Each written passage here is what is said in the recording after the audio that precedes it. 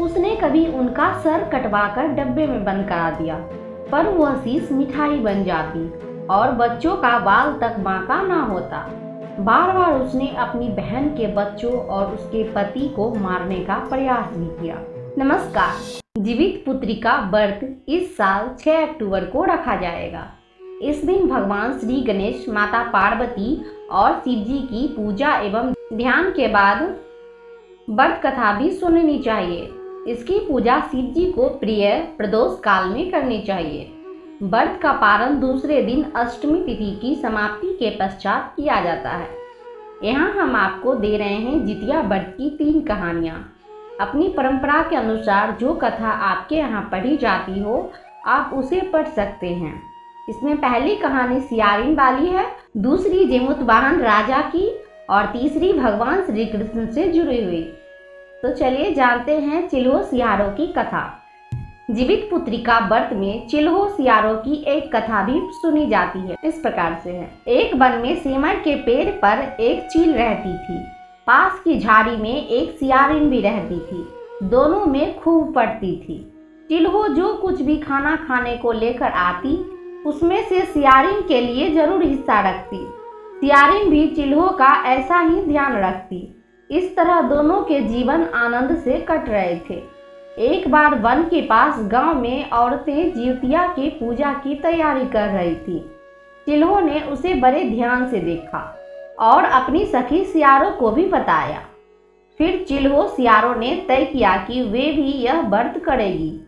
सियारों और चिल्हो ने जितिया का व्रत रखा। बड़ी निष्ठा और लगन से दोनों दिन भर भूखे प्यास मंगल कामना करत व्रत में रही।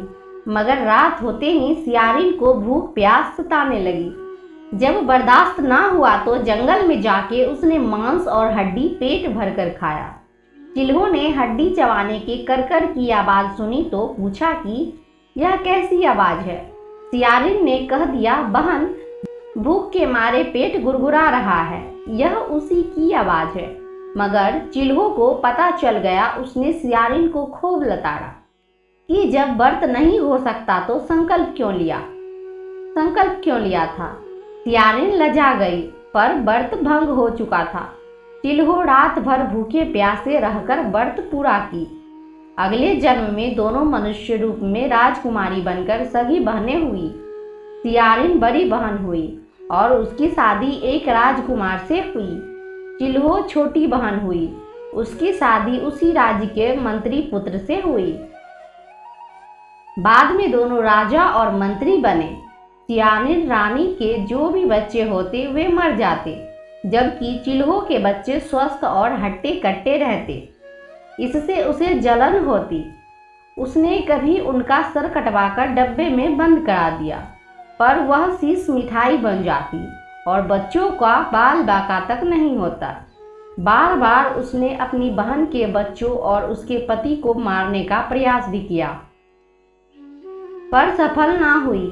आखिरकार दैव योग से उसे भूल का आभास हुआ। उसने क्षमा मांगी और बहन के बताने पर जीवित पुत्री का व्रत विधि विधान से किया, तो उसके पुत्र भी जीवित रहे।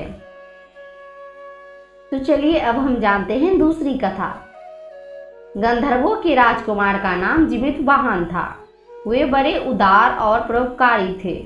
जमुतवाहन के पिता ने वृद्धावस्था में वानप्रस्थ आश्रम में जाते समय इनको राज सिंहासन पर बैठाया, किंतु इनका मन राजपाट में नहीं लगता था। वह राज्य का भार अपने भाइयों पर छोड़कर स्वयं वन में पिता की सेवा करने चले गए। वन में ही जमुतवाहन को मलयवती नामक राजकन्या से भेंट हुई और दोनों में प्रेम हो गया।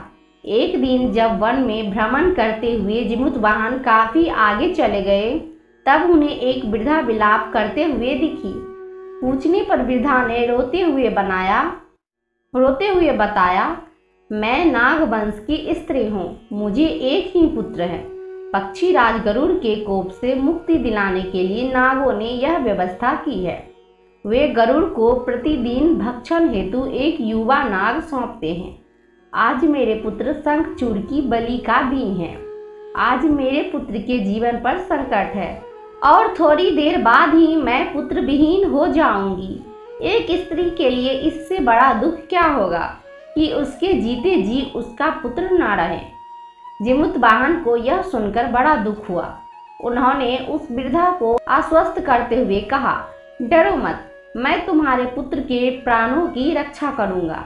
आज उसके स्थान पर स्वयं मैं अपने आप को उसके लाल कपड़े में ढककर बद्यशिला पर लेटूंगा, ताकि गरुड़ मुझे खा जाए पर तुम्हारा पुत्र बच जाए।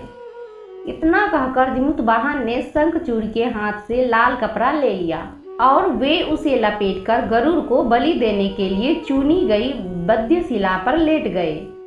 नियत समय पर गरुड़ बड़े बेग से आए और वे लाल कपड़े में ढके जिमुतवाहन को पंजे में दबोचकर पहाड़ के शिखर पर जाकर बैठ गए।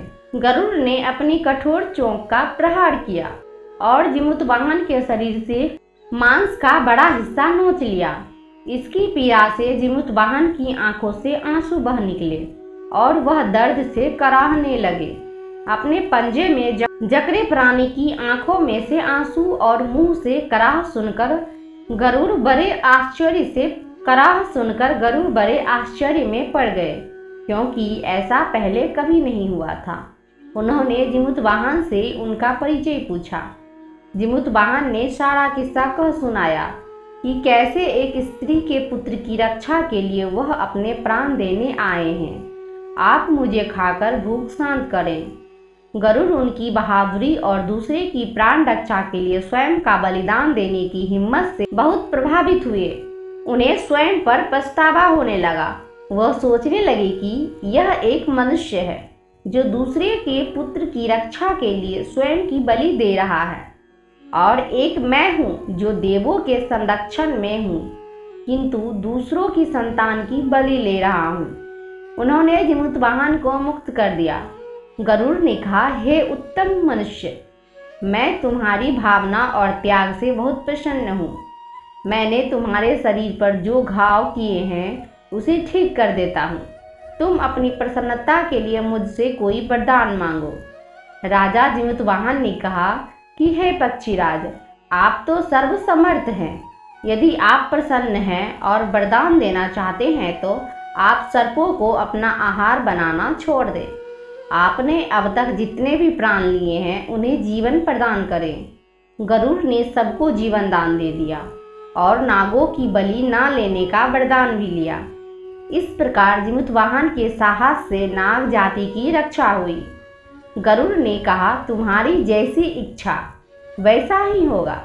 हे राजा, जो स्त्री तुम्हारे इस बलिदान की कथा सुनेगी और विधि पूर्वक व्रत का पालन करेगी, उसकी संतान मृत्यु के मुख से भी निकल आएगी।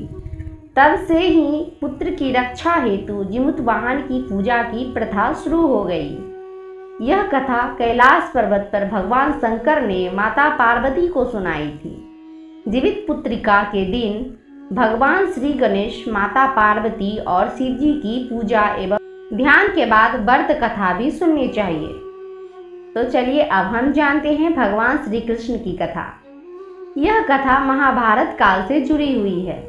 महाभारत युद्ध के बाद अपने पिता की मृत्यु के बाद अश्वत्थामा बहुत ही नाराज था और उसके अंदर बदले की आग तीव्र थी, जिस कारण उसने पांडवों के शिविर में घुसकर सोते हुए 5 लोगों को पांडव समझकर मार डाला था। लेकिन वे सभी द्रौपदी की 5 संतानें थीं। उसके इस अपराध के कारण उसे अर्जुन ने बंदी बना लिया और उसकी दिव्य मणि छीन ली, जिसके फलस्वरूप अश्वत्थामा ने उत्तरा की अजन्मी संतान को गर्भ में मारने के लिए ब्रह्मास्त्र का उपयोग किया, जिसे निष्फल करना नामुमकिन था। उत्तरा की संतान का जन्म लेना आवश्यक थी, जिस कारण भगवान श्री कृष्ण ने अपने सभी पुण्यों का फल उत्तरा की अजन्मी संतान को देकर उसको गर्भ में ही पुनः जीवित किया। गर्भ में मरकर जीवित होने के कारण उसका नाम जीवित पुत्रिका पड़ा और आगे जाकर यही राजा परीक्षित बना। तब ही से इस व्रत को किया जाता है। आज की वीडियो में इतना। तो भक्तों, कथा समाप्त हुई। वीडियो को लाइक, शेयर, कमेंट जरूर करें। चैनल पे पहली बार आए हैं तो चैनल को सब्सक्राइब जरूर करें।